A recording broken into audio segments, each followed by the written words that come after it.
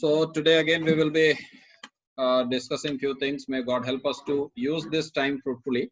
Okay, just hearing the story of Billy Graham may not be a information for us. Okay, that may bring some transformation in us. That is more needed. Okay, so may God help us to understand the value system according to Bible. Shortcomings and failures are there, but in that only we have to try to grow more closer to Him. So yesterday what we were discussing, we'll continue with that without any further delay. Value system. What is the value system that Bible brings before us, and what is the value system which the world brings before us? We will have a comparison between these two. Okay. Bible says, blessed are they. We are not going to take all the verses, just a comparison. Okay. Blessed are they. And then you see a list. I will say the main words that are there in the list. Okay. Why I'm not giving you notes in written is very clear, because these are all being recorded. You have that. You can sit in your free time and make notes. Okay. Blessed are they. And Bible gives a few words. But according to the world, we see that we are just running after the opposite of those things which Bible is mentioning. Let's make a comparison. Blessed are they. You see one word there, poor. You know the reference, and also you can read it later. Okay, poor. Okay, so make it opposite, and what you can say? Woe unto you who are rich. Can we say like that? Bible says it in several places, woe unto you. So if blessed are the poor, then woe unto you which are rich. Of course, I am not taking the literal meanings, poor in heart, or so many words are there which are related to this word poor. Okay, then blessed are the hungry. Okay, and here we say, woe unto you who are satisfied. Just the opposite, if we say, we can say, woe unto you who are satisfied. Blessed are you who are weeping. Then just opposite, we can say, woe unto you who are laughing. Can we say just the opposite like that? Okay. Then, blessed are you if you are insulted by all. Okay. Then we can say, woe unto you if you are praised by all. That means just not take those words literally, but we have to make a comparison. We can get false praises from people, okay, which have no real meaning. They are praising us because they are getting some things from us, maybe because we are supporting them monthly, maybe because they need our help, so they are praising us. So those praises have no value. That there is no reality in that, isn't it? So we have to be very sure. If we compare these two parameters, we can say that according to Bible, if we come in the category of blessed ones, then that blessed one condition is internal, eternal, and essential. Okay, it is eternal.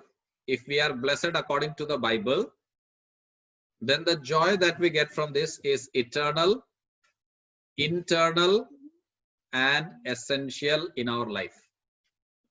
That means if we come in the category of woe unto you, then in that category we can say that woe unto you, that category, what is that?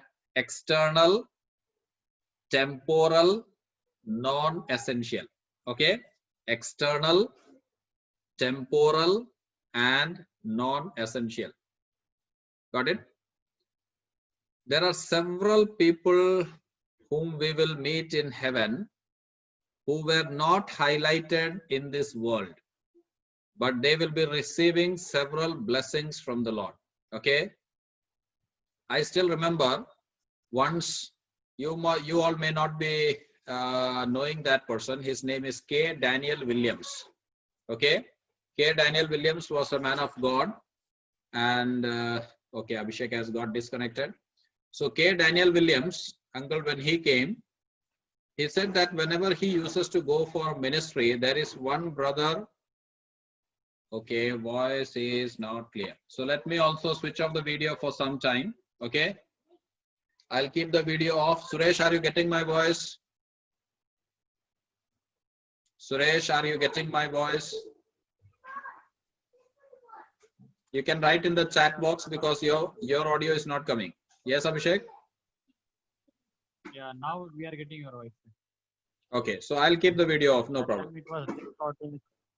Okay. So I'll keep the video off, no problem. So what we were saying that if we are coming in the category of blessed ones according to Bible, then the joy that we get from that is internal, eternal, and essential. That joy will be internal. It will be eternal. Excuse me, sir. Yes, Abhishek. Audio is getting disturbed.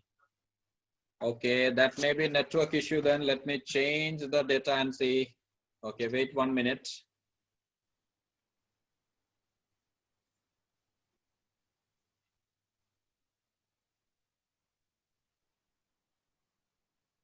Let me wait just 1 minute. I'll try to connect.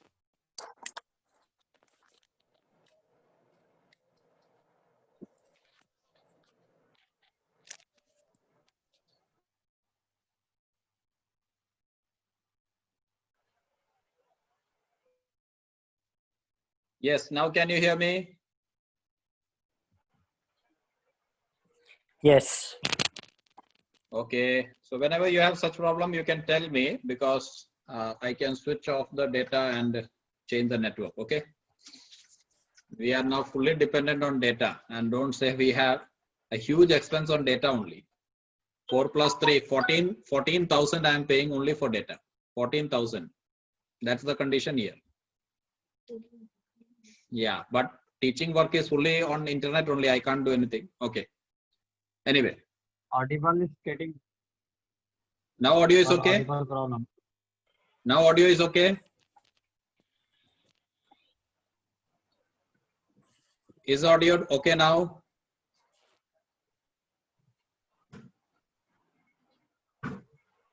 Is audio okay?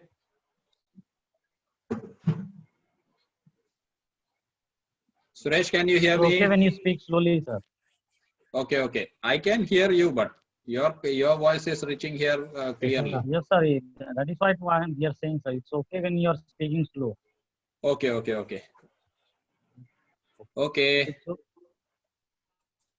Okay. So let's try. Let's see. Let's depend upon the Lord. Okay. So what did we say? According to Bible, if we are blessed, then the joy that we receive is internal, eternal, and essential. Internal means that joy will be from inside. Okay. Worldly people, they will show that they are very happy, but internally, if you talk to them, they will tell you that they are not happy. They have so many issues in their life. Okay. But when we are in Christ, what do we see? We have so many issues, but internally we have a hope. Okay, we have a hope that everything will be fine. Everything is under Lord's control. So this is the difference. Internal, and the worldly people have external. Then value system we saw, it is eternal. If we are in Lord, our joy is eternal. And then we saw for the world it is temporal. Okay. Then we see the value system. If we are in Christ, it is essential. It is needed. But if we see in the worldly parameter, we can say it is non-essential. Okay. Which value system the church is following? Okay. Which value system the church is following? We have our own value system, but that value system does not work in all the areas. Like if you take, there is a value system in India. Which side do you drive? Left side. Okay, we all drive on the left side. If you come to Dubai, you can't. Okay, I got a cycle here, so day before yesterday I got it repaired, so that sometimes I can ride on a cycle for exercise and for avoiding, at least if walking distance is not there, I can use cycle. So after a long time it was cycling.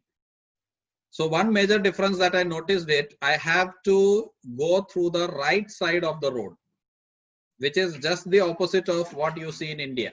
Very difficult for me because we are habituated to go from the left side. Okay, and here by which side I should go? Right. If police catches you going through the wrong side, the fine is 8,000 rupees first time. Okay, only for going through the wrong side, 8,000 rupees. What does this mean? My value system of India is not going to work in Dubai. My value system will not work in Dubai. I may be an expert in my value system, but my value system is not going to work in Dubai. Same way we have to understand there is a standard value system as per the word of God. There is a standard value system as per the word of God. We cannot keep our value system in the kingdom of God. Okay, kingdom of God has its own value system. We will have to follow it. Okay, always one question that rings in my mind is, even did this coronavirus bring some changes in my life? Forget about others. Let me ask myself, could this coronavirus bring at least some changes in my life? Let us not judge others. Let us ask this question to ourselves. Okay, let us adopt some of the value systems that Bible places before us. Okay, then we have to understand that when we use the name of Jesus, even Satan knows whether we have a true relationship with Jesus or not. Can you give me any one example where the name of Jesus was used and the devil overtook the person and he had to run without clothes? So many examples are there, isn't it? We read about sons of Sceva. Okay, sons of Sceva were using the name of Jesus, but the devil said that I know you have no connection actually with Jesus, isn't it?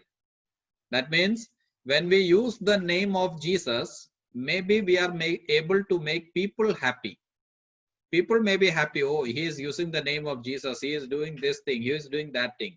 But even Satan knows that we have actually no connection with Jesus. Okay, even Satan knows that. Forget about God. We can say that even Satan knows our actual life, we have no connection with Jesus. Okay, Luke's Gospel chapter 13 verses 22 and 23 places before us the idea that make every effort to enter through narrow gate. Okay, make every effort to enter through narrow gate. By which gate should we enter? We should enter through narrow gate. Okay, salvation is free. Example, if a house is on fire and there is one door, then we have to escape by that door, isn't it? We know that our flesh, our worldly desires will always pull us back. They will always be against us. Okay, we will never be having those coming in our favor. They will always work against us. But we have to overpower that and we have to ensure that we are drawing close to the Lord. Okay, what can money purchase? If you see what can money purchase for us, we can say money can purchase materials for us. Okay, no need to write now, you can just focus on the words because this will be there in the recording, so you can use it later. Okay, money purchases materials for us. What do the materials purchase for us, or what do the materials give us? The materials give us honor. Okay, the materials give us honor. Like for example, if I have a palace today, or if I have some crores of rupees, you will see that I have so many friends. Okay, I will have so many friends. They will all be saying Jesus, Jesus, Pranam sir, and so many ways of honoring. So what did those materials give me? Those materials gave me honor. Okay, and when that worldly honor is there, then with that is associated the fear of rejection. Okay, with that worldly honor, what is associated? The association is fear of rejection. And if fear of rejection is very less in our life, then money will become a slave under God. Always keep this in mind. Okay, if the fear of rejection is very less in our life, then money will become a slave under God. If we are running after the honor in the presence of this world, if we are running after the honor in the presence of this world, then what will happen? we will always have the fear of rejection in our life. But if we know that God does not give any importance to that honor, then we will never have that fear of rejection. Okay. John 5 verse 44. One verse at least we should read. Because of connectivity problem, initially I didn't read some verses. John chapter 5, and we will read verse 44. Yes, hands, read it. John 5, 44. Yes.